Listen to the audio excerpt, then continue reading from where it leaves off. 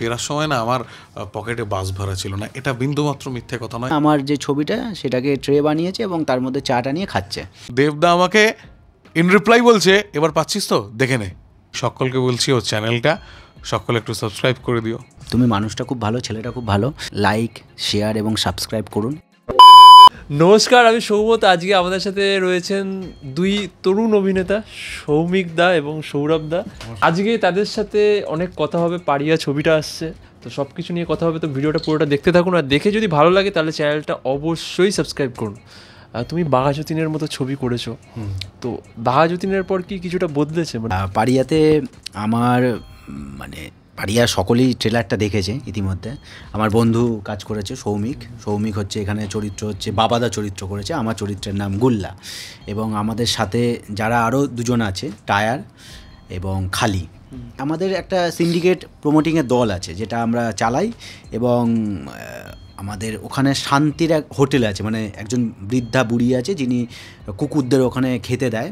আমাদের আশেপাশে যারা খেতে দেয় তাদের বিভিন্নভাবেই অনেক বাধা, অনেক বিপত্তির সম্মুখীন হতে হয় এবং অনেক রকমভাবে তাদের বিভিন্নভাবে ফেস করতে হয়। তা তেমনই ওই শান্তির হোটেলে যিনি বৃদ্ধ কুকুরদের খেতে দেয় তার পেছনে লাগা এবং সেখান থেকে বাকিটা দেখতে হবে। তো তুমি যদি বলো যে তুমি তোমার অভিনয় জীবনটা কীভাবে স্টার্ট হলো? দেখো, আমি অভিনয়ের সাথে যুক্ত বলতে আমার একটা 17 বছরের থিয়েটার ব্যাকগ্রাউন্ড আছে। আমি 2003 থেকে থিয়েটার করি।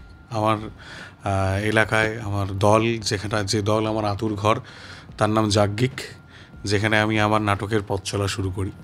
তারপর আস্তে আস্তে সেই দল থেকে তারপরে ওখান থেকে বেরিয়ে ইছাপুর আলিয়া, কলকাতা, শপথ, এরকম বিভিন্ন দলে ফ্রিল্যান্সার হিসেবেও কাজ করি। তো আমার ইন্ডাস্ট্রিতে আসার তার আগে একটা 17 বছরের একটা আমার থিয়েটারের জার্নি আছে। তো তারপর যখন আমি এটা ঠিক করলাম যে না, অভিনয়টাকেই পেশা হিসেবে নেব, যখন আমি থিয়েটারটা করতাম তখন কিন্তু থিয়েটার করে সংসার চালানো বলো বা থিয়েটার করে আমার নিজের পথ চলার খরচটুকু বলো, সেইটা কিন্তু নয়। আমি টিউশনি পড়াতাম। আমাদের যাদের আগের জেনারেশন কেউ ইন্ডাস্ট্রির সঙ্গে যুক্ত নেই, আমরা যারা একদম স্ট্রাগল করে একদম মাটি এনে নিজের পায়ের তলায় মাটি দিয়ে নিজের পায়ের তলার মাটি শক্ত করছি, আমরা তারা এই যে লড়ে যে কাজগুলো পাচ্ছি, যে কাজগুলো করছি, আমরা হ্যাপি তাতে। পারিয়ার ডিরেক্টর হচ্ছে তথাগত মুখার্জি। তথাদা আর্টিস্টদের ওইভাবে কি বলবো, ভিন্নতা করে না। যে যখন তথাদা কোনো স্ক্রিপ্ট লেখে, যার এইটুখানি সিন আছে তাকেও যেভাবে গুরুত্ব দেয়, যার এত বড় সিন আছে তাকেও সেইভাবে গুরুত্ব দেয়।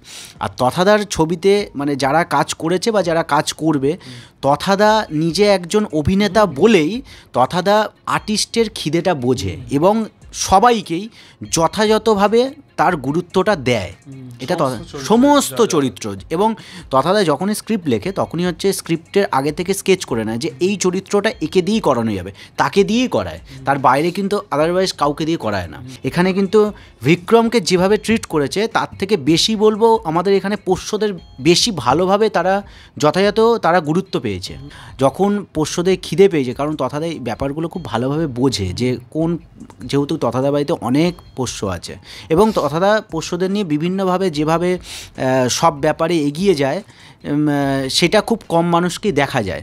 এবং ট্রিটমেন্টের ক্ষেত্র আমরা যদি প্রোডাকশান দিক থেকে বলো, অনেক জায়গা হয়তো তুমি নিজে ইন্টারভিউ নিতে গিয়ে অনেক জায়গায় শুনেছো যে অনেক আর্টিস্ট যারা আছে তাদের সেইভাবে চেয়ার দেয় না, সেভাবে মেকআপ ভ্যান পায় না। তুমি একটা জিনিস বলবে, চেয়ার দেয় না, সে ঠিক আছে। এমনি যখন যে প্রমোশনাল যে ইন্টারভিউগুলো হয় সেখানে কিন্তু তুমি দেখবে প্রথম সারির যারা অভিনেতা তাদেরই কিন্তু ইন্টারভিউ হয়, যারা একদম সাইড ক্যারেক্টার তাদের কিন্তু হয় না। তুমি যে কথাটা বললে যে ডিরেক্টর কীভাবে, তথাদা কীভাবে তোমাদেরকে ট্রিট করেছে, সেটা গেল। আমি জিজ্ঞাসা করলাম যে সাধারণ মানুষদের কাছে যারা একদম বাংলা ছবির উপভোক্তা, তাদের কাছে এই যে ছোট চরিত্র যারা করছে তাদের গ্রহণযোগ্যতা কিভাবে তৈরি হচ্ছে? দেখো, এখন শুধুমাত্র বেসিক্যালি একটা শুধু হিরো কেন্দ্রিক ছবি বা শুধু নায়িকা কেন্দ্রিক ছবি, এই ট্রেন্ডটা তো এখন নষ্ট হয়ে গেছে।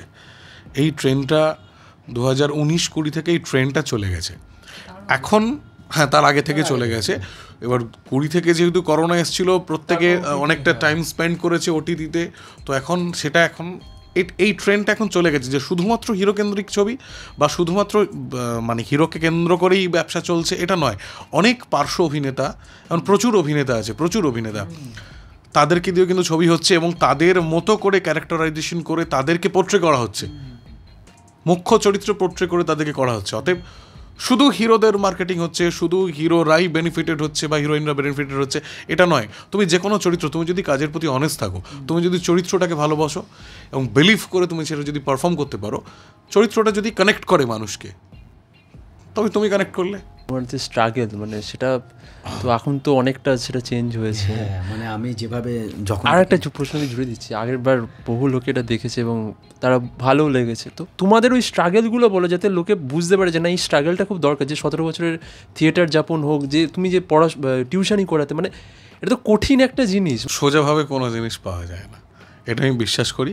আর এটা আমি একদম ছোটো থেকেই বিশ্বাস করি, তুমি যে জিনিসটা কষ্ট করে পাচ্ছ সেই জিনিসটা তুমি সারা জীবন আগলে রাখবে। যেটা খুব সহজলভ্য সেটা গ্রহণযোগ্যতাও তোমার কাছে কমে যায়। আমার পরিবারের কেউই স্টুডিও দেখেনি, কেউই টালিগঞ্জের কোনো স্টুডিও চেনে না। তো আমি কি করতাম, ওই সপ্তাহে 3 দিন বেরিয়ে পড়তাম, ট্রেনে করে আসতাম, ট্রেনে করে এসে ঢাকুরিয়া স্টেশনে নামতাম, নেমে ওখান থেকে হাঁটা শুরু করতাম। হ্যাঁ, এটা তোমাকে গল্প বলছি, আমি 2016, 15, 16, ইভেন 17-র সময় ওঠে, তখন আমি ঢাকুরিয়া স্টেশনে নামতাম, নেমে সেখান থেকে হাঁটা শুরু করতাম, ওখান থেকে এক এক করে প্রোডাকশন হাউসগুলো ঘুরতাম এবং পুরোটা কিন্তু পায়ে হেঁটে। তার রাস্তা, হ্যাঁ অনেকটা রাস্তা। তার কারণ কি, ধরো একটা স্টুডিও থেকে একটা স্টুডিও বা একটা প্রোডাকশন হাউস থেকে একটা প্রোডাকশন হাউস তুমি যে মুভ করছো, সেই মুভ করতে গেলে এই যে ব্রেক জার্নি তো তোমার তো গাড়ি ভাড়াটা বাড়ছে, তাতে তোমার এন্ড অফ দ্য ডে খরচটা অনেক হয়ে যাচ্ছে, সেটা টানা কিন্তু খুব মুশকিল হতো না।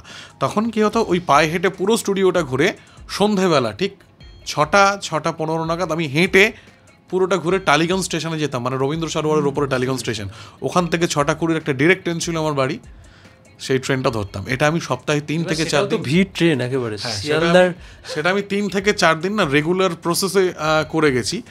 এটা ছোট ঘটনা, এটা কথা প্রসঙ্গে মনে পড়লো। তো আমি না একবার তখন অনেক বছর আগে, ওই সময়টা তখন আমি ওই শুধু একটা লোটারি সদনে গেছিলাম, ওখানে একটা অডিশন হচ্ছিল।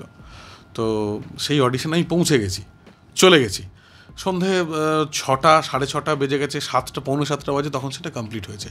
যখন আমি ফিরবো না, আমি ফেরার সময় না আমার পকেটে বাস ভাড়া ছিল না। এটা বিন্দুমাত্র মিথ্যে কথা নয়, একদম সত্যি কথা। আমার পকেটে বাস ভাড়া ছিল না ফেরার, ট্রেনের টিকিট কাটারও টাকা ছিল না। তো আমি ওইখান থেকে হেঁটে শিয়ালদা স্টেশন এসেছি, তারপর ওখান থেকে ট্রেন ধরে বাড়ি ফিরেছি। এবারে ঘটনা কি হচ্ছে, মানে আমাদের টিকিট কেটেছিল না, উইদাউট বাড়ি গেছি। তো ইন্ডিয়ান রেলওয়েকে অনেক থ্যাংক ইউ। হ্যাঁ, অনেকবার আমি উইদাউটে গেছি।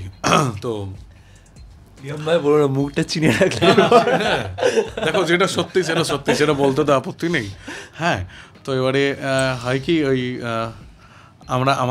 আমরা একদম মফস্বলের অঞ্চলে থাকি, তো আমাদের বাড়িতে মানসিকতাগুলো সবার মধ্যবিত্ত। তো বাড়িতে যখন যেতাম না, যে কোনো অডিশনে যাচ্ছি, তো প্রত্যেকে না একটা প্রত্যাশা নিয়ে বসে থাকতো যে এটাই সিলেকশন হয়ে যাবে। ওদের কাছে তো এই ব্যাপারটা সম্পর্কে এত ওয়াকিবহল নয়। অনেক জায়গা থেকে রিজেকশন হয়েছি, ভুলভালভাবে রিজেকশন হয়েছি। মানে যিনি রিজেক্ট করছেন, দেখো আমি তো 17 ইয়ার্স থিয়েটার করি, মানে ধরো একটু আমি বুঝতে পারি যে তোমাকে, মানে যে কোনো মানুষকে তো একটু জাজ করার একটু ছোট্ট ক্ষমতা থাকে। তো আমি বসে এটা অনেক সময় বুঝতে পারি যে উল্টো দিকে যিনি বসে আমাকে জাজ করতে বসছেন, তিনি হয়তো মানে ঠিকঠাক নন আর কি। লড়াই তো সবাই করে, মানে লড়াই সবাই করে, কিন্তু একটা টাইমে না আমি মনে হয় যে লড়াইটা থেকে লোকে ফিরে যায়, মানে হারটা মেনে নেই। যে তুমি যে হারটা মেনে নাওনি, বা তুমি হারটা মেনে নাও, তুমি শিয়ালদা স্টেশনে এরকম কিছু একটা গল্প আছে। তারপর একটা মনে হয় তুমি ওটা বিহাইন্ড দ্য ক্যামেরা ছিল, যে স্ক্রিপ্ট তুমি ছুঁড়ে ফেলে দিয়েছিলে না কি, ওটা স্ক্রিপ্ট না, আমার ছবিটা, ওটা একটু বলো, ওটা খুব ইন্টারেস্টিং ছিল। না মানে আমি কারোর নাম নেব না ইন্ডাস্ট্রির, কারণ ইন্ডাস্ট্রি আমাদের খুব ছোটো, তো মানে আজ হয়তো নাম নেবো, কাল হয়তো সেটা নিয়ে বিশাল ভাইরাল হবে। কিন্তু হ্যাঁ, এরকম হয়েছিল, কারণ আমি যখন ফার্স্ট মানে আমার জার্নিটা শুরু করি, তখন তো আগে বিভিন্ন হাউসে আমরা গিয়ে ছবি জমা দিতাম। তা এমনই আমি ছবি জমা দিয়েছিলাম, তা সেই ছবিটা খুব কষ্ট করেই, মানে তখন তো মানে একটা বলেইছিলাম যে এর আগে ওষুধ দোকানে কাজ করতাম, সেখান থেকে টাকা জমিয়ে সেই ছবি তৈরি করা, পোর্টফোলিও করার মতন সেই পয়সাটা ছিল না।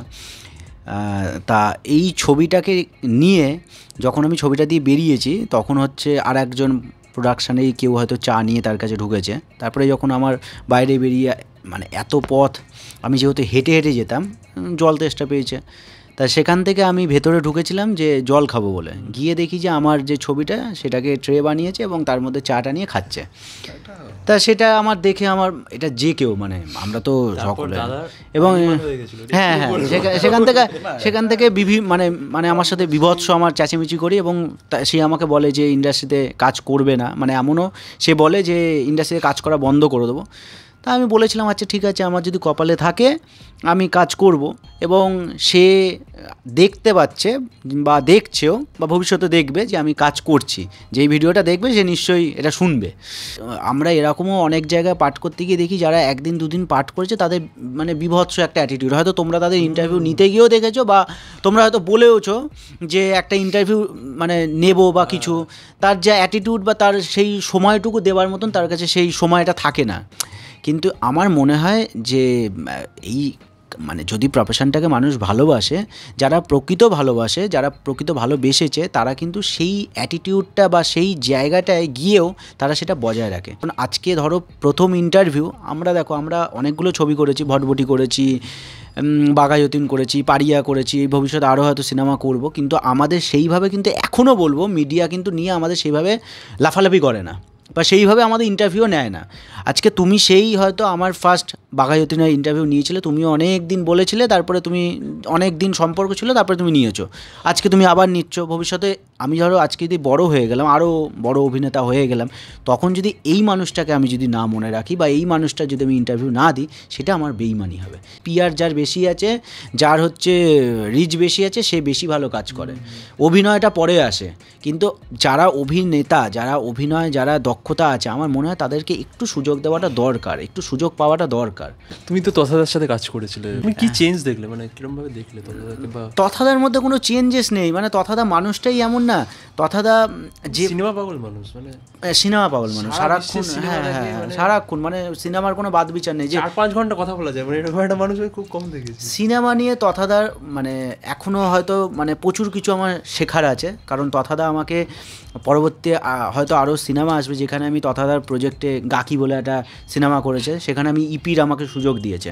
কারণ তথাদা এটাই মনে করে বা আমাকে এটাই বলেছিল বা আমাকে শিখিয়েছিল যে ভালো অভিনেতা তখনই হওয়া যায় যখন টেকনিক্যাল বিষয়গুলো আমরা ভালো মতন জানতে পারবো। তথাদা যেখানে যেখানে জায়গা মতন আমাকে পুট করার চেষ্টা করে, যতটা পারে আমাকে পুট করার চেষ্টা করে, হয়তো সেই বিশ্বাসটা আমাকে করে বা আমি সেই বিশ্বাসটা অর্জন করতে পেরেছি। আমাদের এই ছবির যিনি প্রডিউসার অভিনবদাও আমাকে খুব ভালোবাসে, ছোটো ভাইয়ের মতন ভালোবাসে।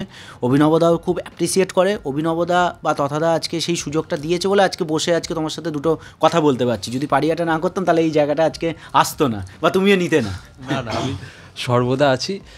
বাংলা ছবিতে সুপারস্টারদের একটা সেইভাবে এখন আর দেখা যায় না, দেবজিতের পর একটা শূন্যস্থান, সেটা যেভাবে বিক্রমকে প্রেজেন্ট করা হচ্ছে, আর বলা হচ্ছে যে দেবজিতের পর আবার একটা নতুন সুপারস্টার। দেবদা জিতদা যেমন অনেক আগে থেকে, বিক্রমদাও অনেক আগে থেকে সিরিয়াল করে, অনেক আগে থেকে কাজও করে। বিক্রমদার মধ্যে ট্যালেন্টও বিভৎস আছে।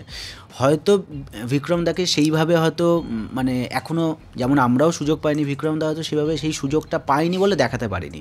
আজকে বিক্রমদার আরও কিছু ছবি এখনও পেন্ডিং আছে যেগুলো আসবে, সেগুলো দেখলে হয়তো বিক্রমদাকে অনেক মানুষ যেমন পারিয়াতে দেখছে তার থেকে হয়তো আরও অন্য রকমভাবে দেখতে পাবে। বিক্রমদাকে যদি সেইভাবে প্রেজেন্টেশন করা হয় বা সেইভাবে যদি উপস্থাপন করে, তাহলে বিক্রমদা আগামী দিনে সুপারস্টার হতেই পারে। আমার একটা ছবির কথাই মনে পড়ছে, সেটা হচ্ছে 777 চার্লি, যেটা আমি জানি না তার সাথে যদি কথা জিজ্ঞাসা করছে কোনো ইনফ্লুয়েন্স কাজ করেছিল কিনা। দেশের মাটি, বালিঝড়, ধুলোকণা, এগুলোতে তথাদা আমার সহ অভিনেতা ছিল।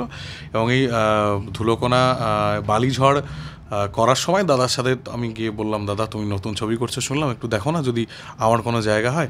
ব্যাস শুধু এই কথাটি দাদা আমাকে কাস্টিং করেছে। এটা ছবি নয়, এটা একটা রিভেঞ্জ, এটা তথাদার একটা রিভেঞ্জ।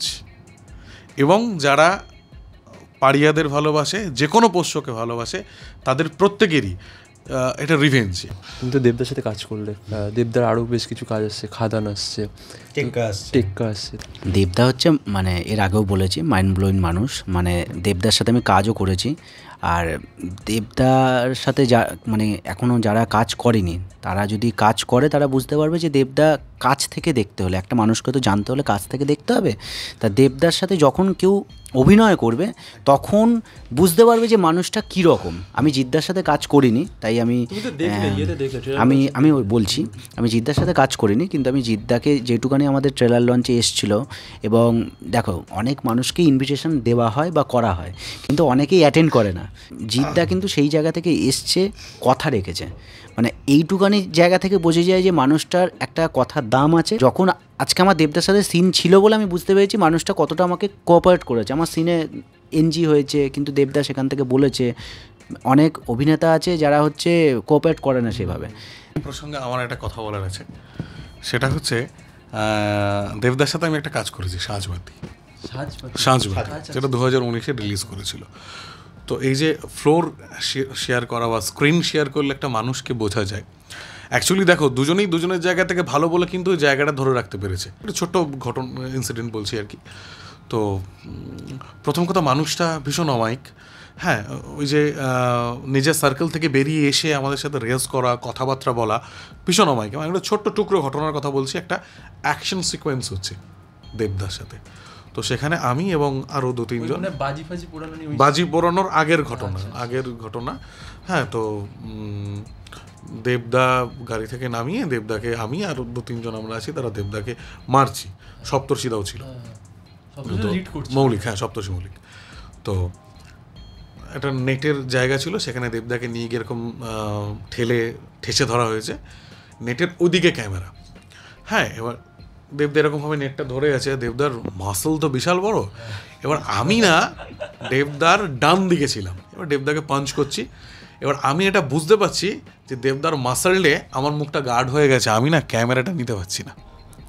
তুমি এটা বললে বিশ্বাস করবে না, আমি অন শট মুখটা নামিয়ে দেবদার কানের কাছে গিয়ে বললাম, দাদা আমি না তোমার হাতের জন্য ক্যামেরাটা পাচ্ছি না। তুমি সঙ্গে সঙ্গে নিজের পজিশনটা চেঞ্জ করে দেবদা আমাকে ইন রিপ্লাই বলছে, এবার পাচ্ছিস তো, দেখে নে। এটা হয়েছে, আমার সাথে হয়েছে।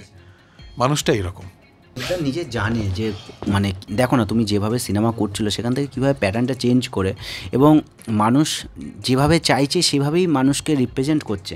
এটা একটা বড়, মানে অনেকে এই যে মানে দর্শকের কাছে এতদিন ধরে একটা বজায় রেখে দেওয়া, এটাও কিন্তু একটা বিশাল। হচ্ছে যে আমার সাথে এরকম আড্ডা আলোচনা মেরে কেমন লাগলো বলছি একবার আমার বন্ধুর কেমন লাগলো দেখি। হ্যাঁ, আমি ভীষণ এনজয় করলাম এই টুকরো মুহূর্ত, যতক্ষণ এখানে আমাদের গল্প আড্ডা হলো আমি প্রচণ্ড এনজয় করলাম। তোমার জন্য আমাদের তরফ থেকে গুড উইশ রইল, এবং আমি সকলকে বলছি ও চ্যানেলটা সকলে একটু সাবস্ক্রাইব করে দিও প্লিজ। আচ্ছা, আমি এর আগেও তোমার সাথে আমি ইন্টারভিউ করেছি, বরাবরই আমার খুব ভালো লাগে। তুমি মানুষটা খুব ভালো, ছেলেটা খুব ভালো, এবং যারা যারা এই আমাদের এই ভিডিওটা দেখবেন তাদের উদ্দেশ্যে একটাই বলবো যে সৌম্য চ্যানেলটাকে প্লিজ লাইক, শেয়ার এবং সাবস্ক্রাইব করুন। এবং যদি ভিডিওটা ভালো লাগে তাহলে যদি সাবস্ক্রাইব করেন তাহলে এরপরে সৌম্য কিন্তু আমাদের ইন্টারভিউগুলো আরও বাড়াবে, মানে নেবে না, কারণ বলবে যে সৌরভদা তোমাদের ইন্টারভিউ নিয়ে কিছু হয় না, বেকার আমার চ্যানেলটাও আরও হয়ে যাচ্ছে, কমে যাচ্ছে। তাই জন্য আপনারা প্লিজ একটু সাবস্ক্রাইব করে দেবেন। আর আমাদের পারিয়া সিনেমাটা 9 ফেব্রুয়ারি আসছে, আপনাদের ফিডব্যাকগুলো জানাবেন। আর আপনাদের ভালো লাগা, আপনাদের খারাপ লাগা সবটাই আমাদের জানাবেন, কারণ আমরা সিনেমাটা বানাই আপনাদের জন্যই।